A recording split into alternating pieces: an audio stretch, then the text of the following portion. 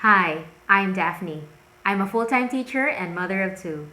Like all working moms, I juggle work and home life the best way I can.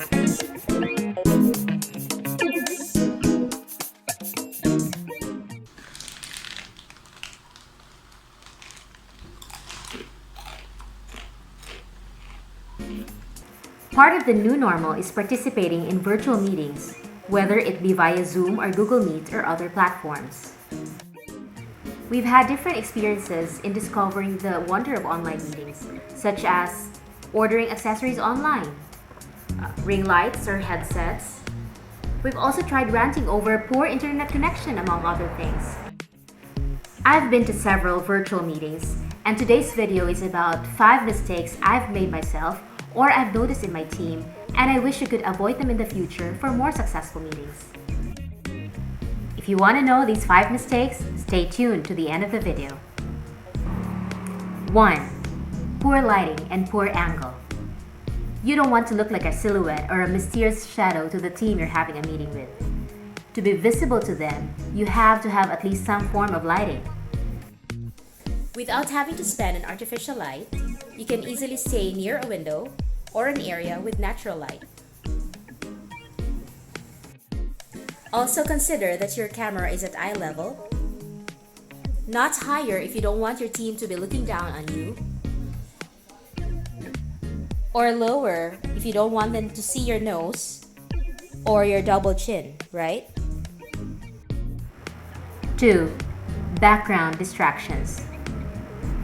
One of the considerations for virtual meetings is to look at what's behind you. Consider that nothing behind you should distract your listeners. Consider rearranging if you have the time. If you have pretty plants or a lovely bookshelf or a plain wall, then utilize that.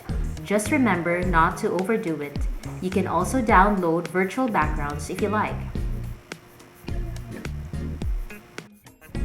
Many of us have all sorts of background noises. From dogs to roosters to passing cars to fish vendors, we all know how that feels. You can consider minimizing these noises before the meeting, like transferring to a soundproof room if you have that, using noise-canceling headphones if you have any, or feeding the dogs earlier. Many of these noises are beyond our control. That's why the mute button on our screen is very helpful. Nard, diwasan niya hipos ng lamisa, Nard.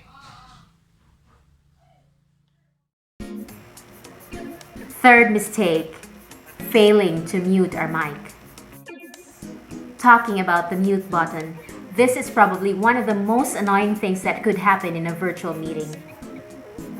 When all sorts of noise get caught in the audio, like someone's TV blaring off in the background, kids' noises, etc. You know what I mean. Putting your mic on mute when it's not your turn to speak is a sign of respect to the one who's speaking. Be happy too when someone tells you nicely that you've forgotten to click on mute. Number 4. Not taking the meeting seriously. True, many of our colleagues have become our friends, but virtual meetings restrict our interaction to what's seen on camera. So it's important that we watch how we behave before our team. If a meeting is work-related, it is but proper to prepare for it. Dress appropriately like you would in a real meeting. It is also right to keep your camera on while the meeting is going on, and turning it off only when you need to be away, like a bathroom break or other necessities. And finally, number 5, lack of focus. When we're connected to the internet, it is tempting to open multiple tabs or do other things not related to the meeting. Engage yourself with the discussion, take down notes if necessary, interact in the chat if that helps, ask questions, give a nod or a sound of affirmation to assure the speaker that you are engaged in the discussion. So that's it. We've just covered 5 mistakes that we can now avoid in the next virtual meeting. Do you have other experiences that I have failed to mention in this video? Feel free to comment down below and subscribe to this channel if you haven't already. The new normal may take time to adjust to, but tap yourself in the shoulder for a job well done so far. We may never go back to the old normal, and there's nowhere to go but forward. See you in our next video. Part of the new normal is participate. We've had different experiences. Turn on. So that's it.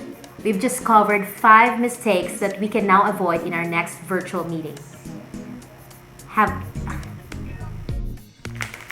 I'd also like to show off my food stash, delivered right at my doorstep by Karina and Anne of Kapehan Sesh. I'll put the link down below for you to follow their Facebook page, Kapehan Sesh. September 5 to October 5 is Teachers Month. I'd like to greet my fellow teachers a happy Teachers Month. Stay safe, everyone.